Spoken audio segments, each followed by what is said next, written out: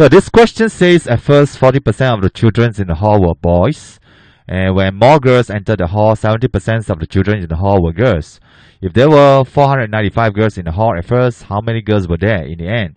So firstly, look at this percentage statement that says that 40% of the children in the hall were boys.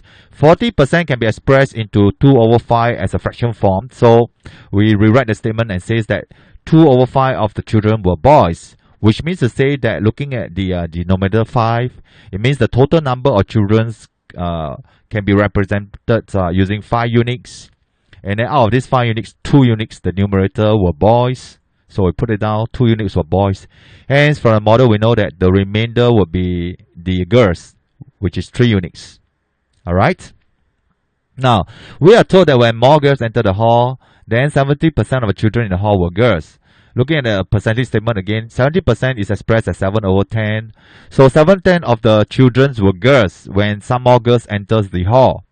Alright? Since none of the boys left the hall or entered the hall, so the number of boys remained the same.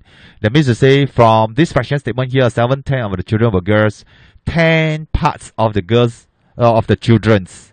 Okay, there were 10 parts of the children in the end. And out of these 10 parts, 7 parts were girls. If 7 parts were girls, therefore 3 parts were to be boys. So we draw the 2 units of boys as 3 equal parts. And we know that the girls will take out 7 parts because altogether there were 10 parts of children in the end. And we are told that there were 495 girls in the hall at first. Put it down in the model, 495.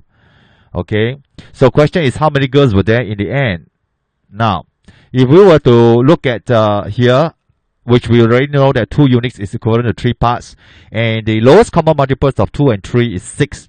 Therefore, we're going to cut each unit into 3 blocks and each part into 2 blocks. Instead of cutting the models and make it look messy, we can actually derive the units and parts into blocks and then put out the informations.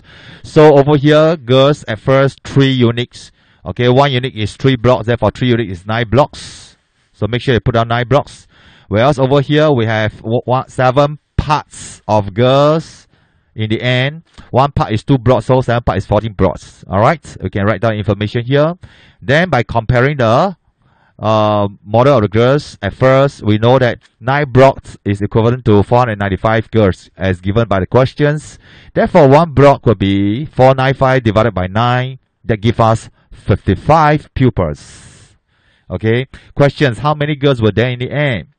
Since 1 block is 55, in the end, there were 14 blocks. So we take 55 multiplied by 14. That gives us the answer 2770. Alright, so the answer to these questions, there were 770 girls in the hall in the end.